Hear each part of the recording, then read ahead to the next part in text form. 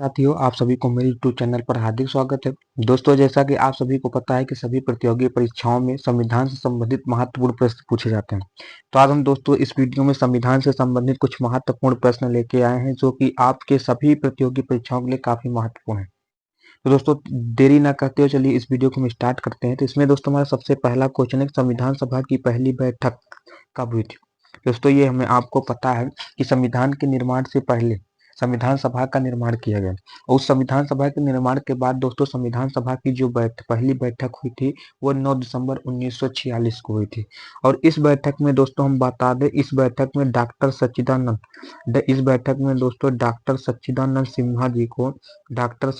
सिन्हा जी को संविधान सभा का अस्थायी अध्यक्ष बनाया गया। दोस्तों, बहुत पूछा जाता है कि संविधान सभा के अस्थायी अध्यक्ष कौन थे, तो डॉक्टर सच्चिदानंद सिन्हा थे। इन्हें किस बैठक में बनाया गया था, संविधान सभा की पहली बैठक में।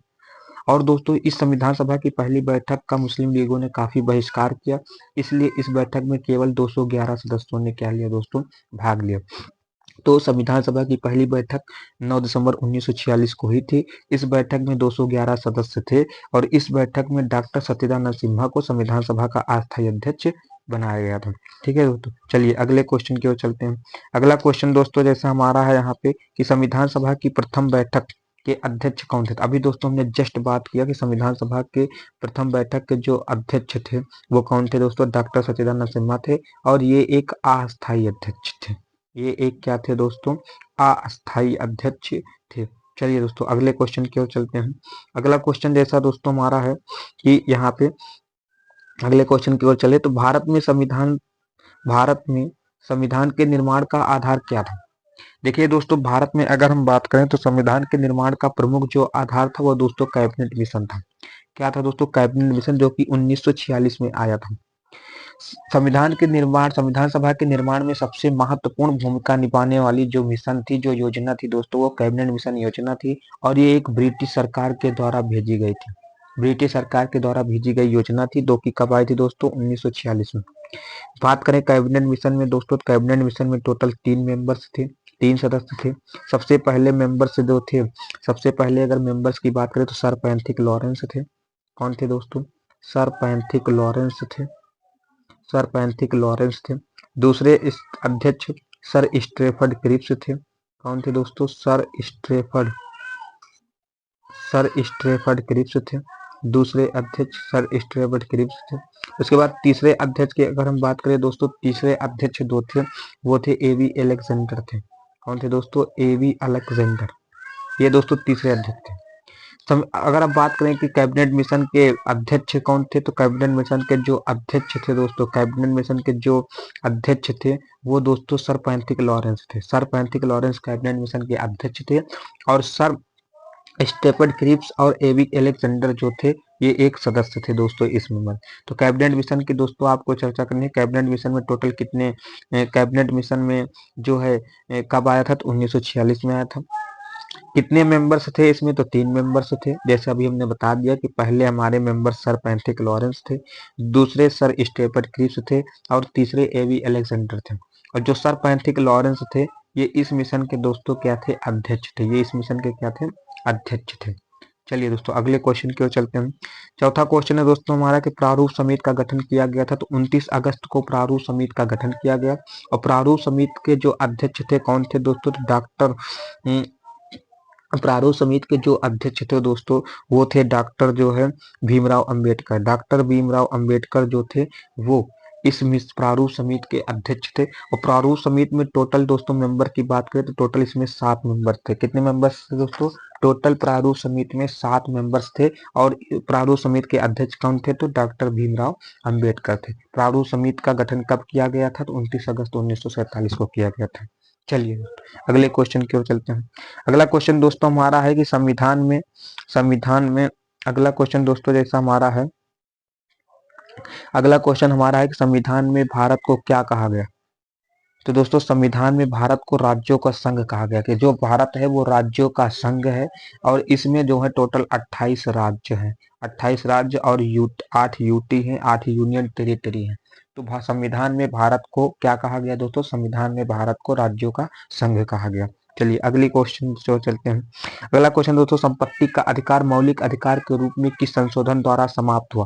तो हम दोस्तों देखिए 44वां संविधान संशोधन जो हुआ था 1978 में हुआ था। इस संविधान संशोधन के द्वारा हम दोस्तों बात करें तो टोटल जो मौलिक कर्तव्य थे संविधान के किस भाग, कौन से भाग में दोस्तों? संविधान के भाग 3 में। संविधान के भाग 3 में टोटल जो थे 7 मौलिक कर्तव्य थे, लेकिन एक मौलिक कर्तव्य था दोस्तों संपत्ति का अधिकार। इस संपत्ति के अधिकार को बात करें दोस्तों तो भाग, इस संपत्ति के अधिकार को भाग जो है 3 से हटाकर भाग 12, भाग जो है पार्ट 12 में रख दिया गया। अगर आर्टिकल की बात करें दोस्तों तो आर्टिकल इसे 31 से हटाकर, आर्टिकल जो है 300 ए में रख दिया गया। कहाँ पे रख दिया गया दोस्तों? 300 ए में। तो ये जो संपत्ति का अधिकार था इसे 44वां संविधान संशोधन 1976 के द्वारा भाग 3 से हटाकर भाग 12 में रख दिया गया। आर्टिकल 31 से हटाकर आर्टिकल 300 ए में रख दिया गया और आर्टिकल 300 ए में दोस्तों विधिक कानून के बारे में बताया गया। तो अगर क्वेश्चन बन जाए संपत्ति का अधिकार मौलिक अधिकार के रूप में किस संशोधन द्वारा समाप्त किया गया? 44वां संविधान संशोधन, और इसे मौलिक अधिकार से हटाकर विधिक अधिकार में रख दिया गया। आर्टिकल की बात करें तो आर्टिकल 31 से हटाकर आर्टिकल 31 से हटाकर आर्टिकल 300 ए में रख दिया गया। ठीक है दोस्तों, चलिए अगले क्वेश्चन की ओर चलते हैं।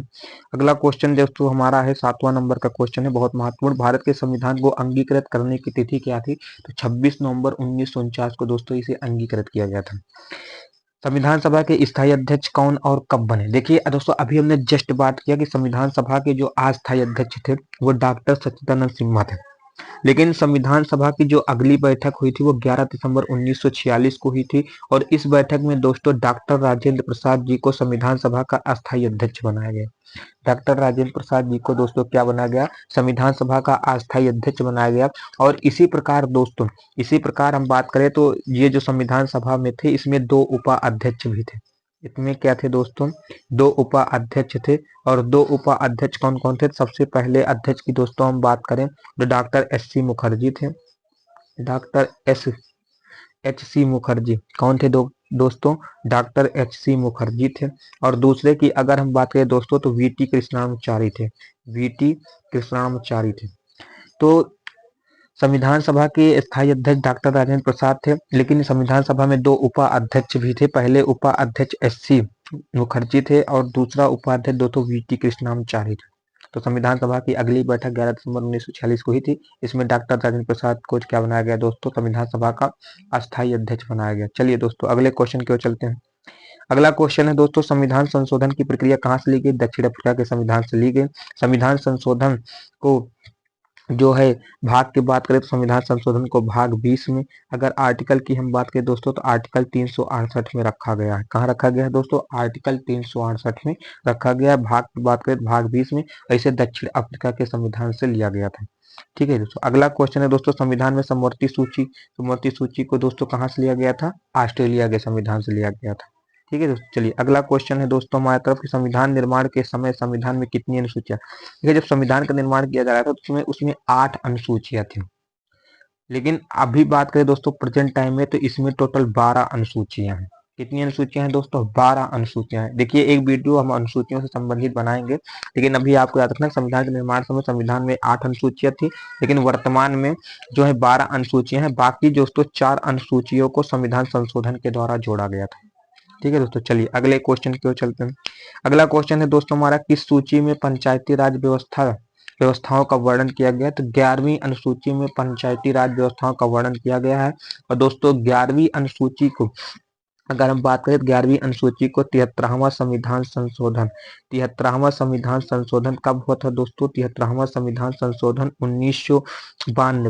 1992 के द्वारा दोस्तों 73वां संविधान संशोधन 1992 में हुआ था। और 1992 के द्वारा दोस्तों 11वीं अनुसूची को जोड़ा गया था। 11वीं अनुसूची में पंचायती राज के बारे में बताया गया है।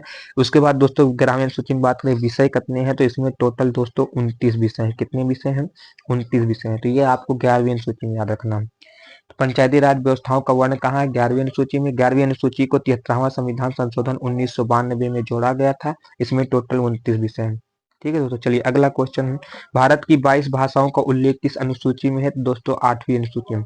अगर दोस्तों बात करें मूल संविधान में क्या दोस्तों, मूल संविधान में कितनी अनुसूचियां थी? तो दोस्तों हमें याद रखना है मूल संविधान में जो अनुसूचियों की संख्या थी वो दोस्तों 14 थी। लेकिन अगर वर्तमान के संविधान की हम बात करें तो वर्तमान के संविधान में टोटल 22 भाषाएं हैं। इतनी पहले मूल संविधान में 14 भाषाएं थी। वर्तमान के संविधान में दोस्तों टोटल कितनी भाषाएं हैं? 22 भाषाएं। बाकी जो 6 भाषाएं थी उन्हें संविधान संशोधन के द्वारा जोड़ा गया था। अगला क्वेश्चन है दोस्तों, 7वीं अनुसूची में किस प्रकार की अनुसूचियों का वर्णन किया गया है? तो 7वीं अनुसूची में दोस्तों अगर हम बात करें 7वीं अनुसूची में सूची के बारे में बताया गया। किसके बारे में दोस्तों? सूची के बारे में। दोस्तों कितनी सूचियां हैं? 3 सूचियां, संघ सूची, राज्य सूची और समवर्ती सूची। अभी हमने बात की समवर्ती सूची को कहाँ से लिया गया था दोस्तों? तो ऑस्ट्रेलिया के संविधान से।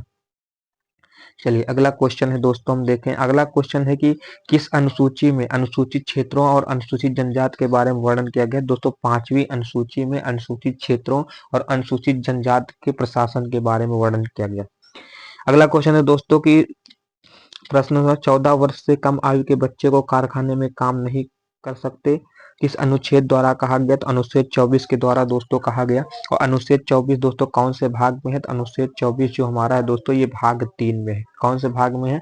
भाग 3 में है। तो भाग 3 में दोस्तों कहा गया है अनुच्छेद 24 इसमें कहा गया कि जो 14 वर्ष से कम आयु के बच्चे हैं उन्हें कारखाने में काम नहीं करने दिया जाएगा। उससे ऊपर के जो बच्चे हैं वो कर सकते हैं। तो ये किस अनुसूची के द्वारा दोस्तों कहा गया? किस अनुच्छेद के द्वारा? 24 अनुच्छेद के द्वारा। अगला क्वेश्चन है दोस्तों, दल बदल विधेयक में संबंधित प्रावधानों का उल्लेख किस अनुसूची के अंतर्गत है? दोस्तों दल बदल कानूनी जो प्रथाएं हैं, दल बदल कानून जो है इसका वर्णन दोस्तों हम बात करें तो 10वीं अनुसूची में किया गया है। 10वीं अनुसूची को दोस्तों अगर हम बात करें तो 10वीं अनुसूची को दोस्तों अगर हम बात करें तो 52वां संविधान संशोधन कब हुआ था दोस्तों? 1985 में। तो 52वां संविधान संशोधन 1985 में हुआ था और इसके जरिए 10वीं अनुसूची को जोड़ा गया। 10वीं अनुसूची में दोस्तों दल बदल विधेयक संबंधित बातों का वर्णन किया गया है। ठीक है दोस्तों, तो इसको कब जोड़ा गया था? 52वां संविधान संशोधन 1985 को। ठीक है, चलिए दोस्तों अगले क्वेश्चन की ओर चलते हैं। अगला क्वेश्चन है, भारत के प्रथम वायरस कौन थे दोस्तों? लॉर्ड कैनिंग थे, ये तो याद ही रखना है।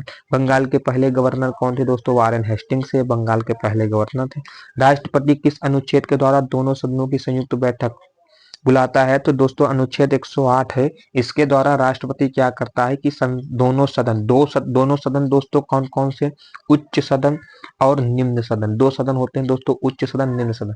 उच्च सदन होता है एक, और एक क्या होता है दोस्तों? निम्न सदन। उच्च सदन को राज्यसभा, निम्न सदन को लोकसभा कहते हैं। तो दोस्तों राष्ट्रपति जो है अनुच्छेद 108 के द्वारा दोनों सदनों की संयुक्त बैठक करवाता है। ठीक है दोस्तों, चलिए अगला क्वेश्चन है कि संविधान सभा के संवैधानिक सलाहकार कौन थे? सर बी एम राव थे। सर बी एम राव जो थे ये दोस्तों संविधान सभा के संवैधानिक सलाहकार थे। अगला क्वेश्चन, मतदान देने की आयु 21 वर्ष से घटाकर 18 वर्ष की संविधान संशोधन के द्वारा कर दिया गया था। तो 61वां संविधान संशोधन दोस्तों है।